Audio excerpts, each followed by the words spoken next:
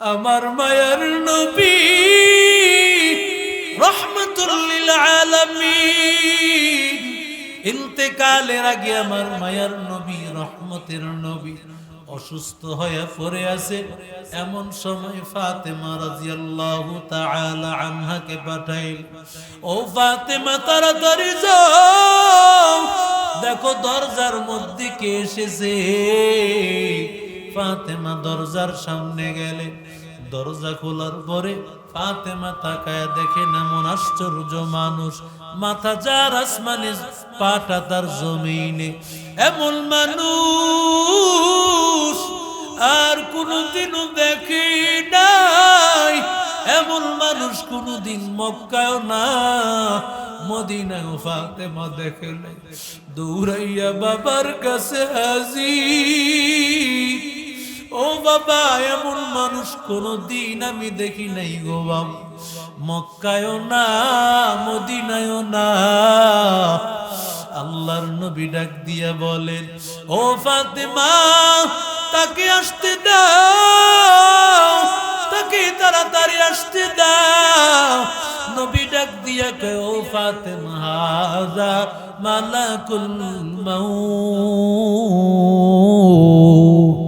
নবী বলেন এটা মৃত্যুর ফেরেশতা, তাড়াতাড়ি কাকে আসতে দাও। ফাতেমা এই কথা শুনিয়া নবীরে ডাক দিয়া কয়, ও নবী না না আমি কখনো অনুমতি দিব না। মায়ার নবী রহমতের নবী আমার, ও পয়গম্বর, বাবা গো আমার মা নাই, ছোট্ট কালে তো আমি মা খাদিজাতুল কুবরাকে হারাইছি। ও পয়গম্বর রাতের বেলায় ঘুমাইতে গেলে আমি আপনার চেহারা দেখিয়া দেখিয়া ঘুমাই, আপনাকে কেন নিতে আসবে আমি তারে অনুমতি দিব না, অনুমতি দিব না। আল্লাহর নবী ডাক দিয়া কয়, ও ফাতেমা ওর অনুমতি লাগে না, বিনা অনুমতিতেই সে ভিতরে আসতে পারে। আমি মায়ার নবীর মহাব্বতে সে অনুমতি চাই, নবীর ভালোবাসায় নবীর সম্মানে অনুমতি চাই, আর না হয় তার কোনো অনুমতি লাগে না। এরে নবীর আশিক উম্মতের দল, আমার মায়ার নবী রহমাতুল লিল আলামিন ইন্তেকালের আগে আমার মায়ার নবীর মাথাটা আছে আয়েশা সিদ্দিকার বুকের মধ্যে। একটু চিন্তা করো মা, কেমন ভালোবাসা, কেমন মায়া রহমতের নবী আমার। আমার মায়ার নবীর কেমন মায়া ছিল, কেমন ভালোবাসা ছিল আয়েশা, আয়েশার প্রতি কেমন ভালোবাসা রে ভাই। আয়েশা সিদ্দিকা রাদিয়াল্লাহু তাআলা আনহা পয়গম্বর আমার মায়ার নবী রহমতের নবী আয়েশা সিদ্দিকার বুকে মাথা রেখে আছে। আয়েশা বলেন, এমন সময় তাকাইয়া দেখি কে যেন দরজা দিয়ে আসছে, আমার এক আত্মীয় ঘরের দরজা দিয়া যখন আসছে তার হাতের মধ্যে ছিল একটা মেসওয়াক। নবী যেন চাইলেন মেসওয়াক করবেন, ইশারা দিয়া বুঝাইলেন। আয়েশা সিদ্দিকা বলেন, আমি বুঝতে পেরেছি পয়গম্বর মেসওয়াক করবে। আমি ওই মেসওয়াকটা হাতে থেকে নিয়া আমি ওই মেসওয়াক মুখের মধ্যে আমি লাগাইয়া আমি মেসওয়াকটাকে একটু কামড়াইয়াছি ভাইয়া, আমি আমার নবীর দাঁতের মধ্যে দিয়েছি, নবীর দাঁতটা আমি মেসওয়াক করে দিয়েছি। এরে আল্লাহর গোলাম আয়েশা সিদ্দিকা সব সময় বলতেন, আমি কত ভাগ্যবতী, জীবনের শেষ মুহূর্তে নবীর লালা এবং আমার লালা একসাথে হয়ে গেছে। এরে আল্লাহর গোলাম, এরে নবীর আশিক উম্মতের দল, সুন্নাত ছাড়া যাবে না, সুন্নতের মর্যাদা দেওয়া লাগবে।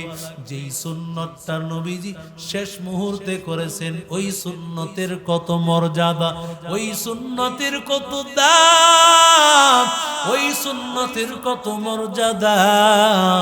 এরে আল্লাহর গোলাম, এরে নবীর আশিক উম্মতের দাম। আহমদ ইবনে হাম্বল রাহমাতুল্লাহি আলাইহি, কোরআন আল্লাহ তাআলার মাখলুক, এই কথা বলে ইমাম আহমদ ইবনে হাম্বলকে তাকে জেলখানার মধ্যে আবদ্ধ করা হয়েছে। জেলখানায় আবদ্ধ করার পর আহমদ ইবনে হাম্বল কোরআনকে আল্লাহর মাখলুক বলার কারণে ইমাম আহমদ ইবনে হাম্বল জেলখানায় আবদ্ধ হয়ে গেছে। ওদিক দিয়ে ইমাম শাফিঈ রাহমাতুল্লাহি আলাইহি মায়ার নবী স্বপ্ন দেখাইছেন, আহমদ ইবনে হাম্বলকে জানাইয়া দাও আহমদ ইবনে হাম্বল যেই অনুসরণ করতেছে তার মত ঠিক আছে, সে যেন তার মতের উপরই থাকে। এটাই হলো আল্লাহর মতামত। এবার সকাল বেলায় খাদেমকে পাঠায় দিল, তাড়াতাড়ি যাও আহমদ ইবনে হাম্বলকে জেলখানায় সুসংবাদ শোনায় দাও। আল্লাহর বান্দা গিয়া আহমদ ইবনে হাম্বল জেলখানায় বন্দী।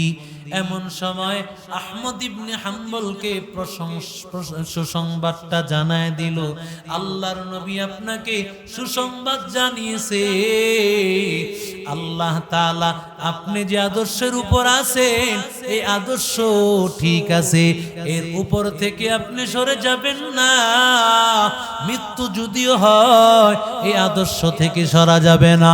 আল্লাহর নবীর আদর্শ মানতে গিয়া, নবীর তরিকা মানতে গিয়া আমাদের যদি জীবন যায়, জীবন যাবে, এরপরও আল্লাহর আদর্শ, নবীর আদর্শ আমরা কোনোদিন ছাড়ব না। ঠিক কিনা বলো? এরে নবীর আশিক উম্মতের দল আহমদ ইবনে হাম্বল রাহমাতুল্লাহ আলাইহির কাছে সুসংবাদ যখন জানায় দিল, পয়গম্বরের আদর্শ আমার মায়ার নবীর কাছে সুসংবাদ নিয়ে আসলে আমার মায়ার নবী তাকে কিছু হাদিয়া দিতে। আল্লাহর বান্দা জেলখানার মধ্যে কি উপহার দিবেন? উপহার দেওয়ার মতো কিছুই নাই, পরনের একটা জামা ছাড়া আর কিছু নাই। এবার আল্লাহর বান্দা আহমদ ইবনে হাম্বল তার জামাটা খুলে দিল। জামাটা খুলে দিয়ে বলে, রে ভাই, আমার নবীর একটা সুন্নাত কেউ যদি তাকে কোন সুসংবাদ শোনায় তারে হাদিয়া দে। আমি তোমারে কি হাদিয়া দিব? হাদিয়া দেওয়ার মতো কিছুই নাই, আমার একমাত্র এই জামাটা ছাড়া। এতদিন আমাকে আঘাত করেছে, আঘাত লেগেছে জামার উপর, এরপরে লাগছে শরীরে।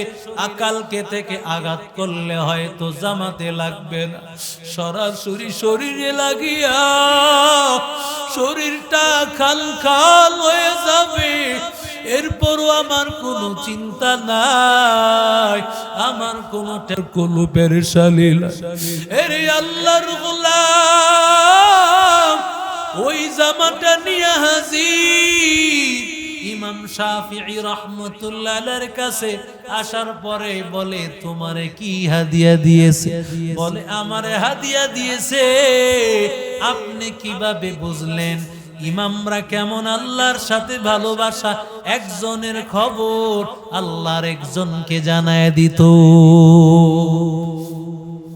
এরে আল্লাহর গোলাম ইমাম শাফিঈকে খাদেম ডাক দিয়া বলে, হযরত, আমি যখন তাকে সুসংবাদ শোনাইলাম, সুসংবাদ শোনানোর পর হাদিয়া দেওয়ার মতো কিছুই নাই।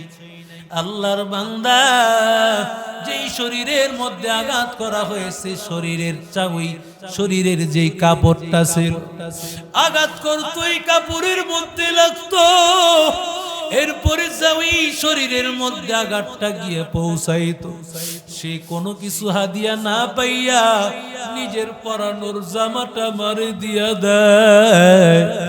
জামাটা দেওয়ার পরে বলে আমার কাছে হাদিয়া দেওয়ার মতো কিছুই নাই, এজন্য তোমার এই হাদিয়াটা দিয়া দিলাম। ইমাম শাফিঈ রাহমাতুল্লাহ আলাইহি ডাক দিয়া বলেন কিভাবে আমি জানলাম? শোনো, কারণ আহমদ ইবনে হাম্বল হলো বিশ্ব আশিকে রাসূল। এমন বিশ্ব আশিকে রাসূল কোনদিন নবীর সুন্নত ছেড়ে দিবে সেটা হতে পারে না। জামাটা পাইয়া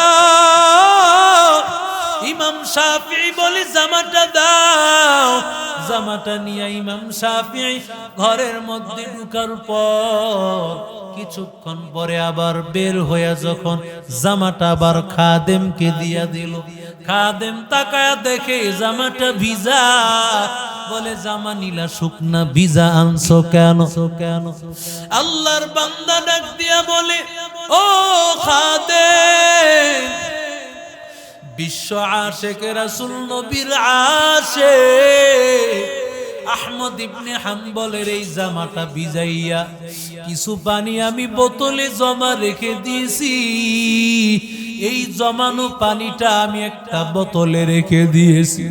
আমার পরিবারকে আমি বলেছি আমার ইন্তেকালের পর আশিকে রাসূলের ভিজানো এই পানিটা দিয়া যেন আমারে গোসল করালো হয়, কারণ এই পানি দিয়া যদি গোসল করানো হয় আমি আল্লাহর কাছে আশাবাদী আমার আল্লাহ আমাকে জান্নাত দিবে।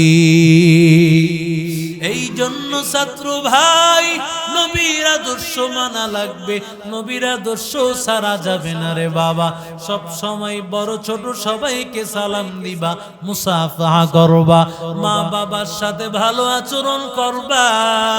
মা বাবার সাথে উঁচু আওয়াজে কথা বলা যাবে না, ওস্তাদের সাথে উঁচু আওয়াজে কথা বলা যাবে না। জীবনটাকে যদি দামি বানাইতে চাও আমার বন্ধুবর তোমাদের মোতামিম সাহেব একসাথেই তো ছোট্ট কাল থেকে তোমরা যেমন এমন ছোট কাল থেকেই পড়তেছো, আমরা তো আল্লাহ ছোট কাল থেকেই পড়াশোনা করে এখন তোমাদের সামনে বসায় দিয়েছেন রে গোলাম। এই জন্য তোমরা আল্লাহর কাছে বলো আয় আল্লাহ দ্বীনের খাদেম হতে চাই, আয় আল্লাহ নবীর আদর্শ মানিয়ে কবরে যাইতে চাই, নবীর সুন্নাত মানিয়ে কবরে যাইতে চাই। কারণ নবীর আদর্শ ছাড়া আমার মায়ার নবী কিন্তু কাউরে চিনবে না। নবীর সুন্নাত যদি তোমার শরীরে না থাকে, মেসওয়াকের সুন্নাত যদি না করো, নবী কিভাবে তোমারে পরিচয় দিবে? ব্রাশ করো আপত্তি নাই, আজকে থেকে একটা বড় আমল এই সিরাতুন নবীর মাহফিল থেকে আজকে থেকে ওয়াদা করবা সবাই বাড়িতে গিয়া মেসওয়াক ব্যবহার করবা। পারবো না? আরো জোরে বলো। কার কার পকেটে আছে মেসওয়াক? মাশাআল্লাহ মাশাআল্লাহ, বাইর করতেছে দুই একজন। ওই যে একজনে এই বাপ সাপ দিয়ে পকেটে আর দিছে, আমি তো মনে হচ্ছে 5টা বাই করব। হ্যাঁ এই সবার কাছে মেসওয়াক রাখবা, পারবো না ইনশাআল্লাহ? মারকাজুত তাকওয়া, যেন মারকাজুস সুন্নাহ, মারকাজুত তাকওয়া, তাকওয়ার মারকাজ মানে সুন্নতের মারকাজ। এজন্য আমরা সকলেই ইনশাআল্লাহ প্রত্যেকটা সুন্নতের উপরে আমাদের মুতামিম সাহেব প্রায় সময়ে আপনাদেরকে বিভিন্ন দিক নির্দেশনামূলক কথাবার্তা বলেন, প্রতি সপ্তাহে আলোচনা করেন। এগুলোকে মানবা। আল্লাহ তাআলা আমাদের সব ভাইকে এই আমল করে নবীর সুন্নাতগুলো মেনে হাসরের ময়দানে নবীর সাথে একসাথে জান্নাতে উঠে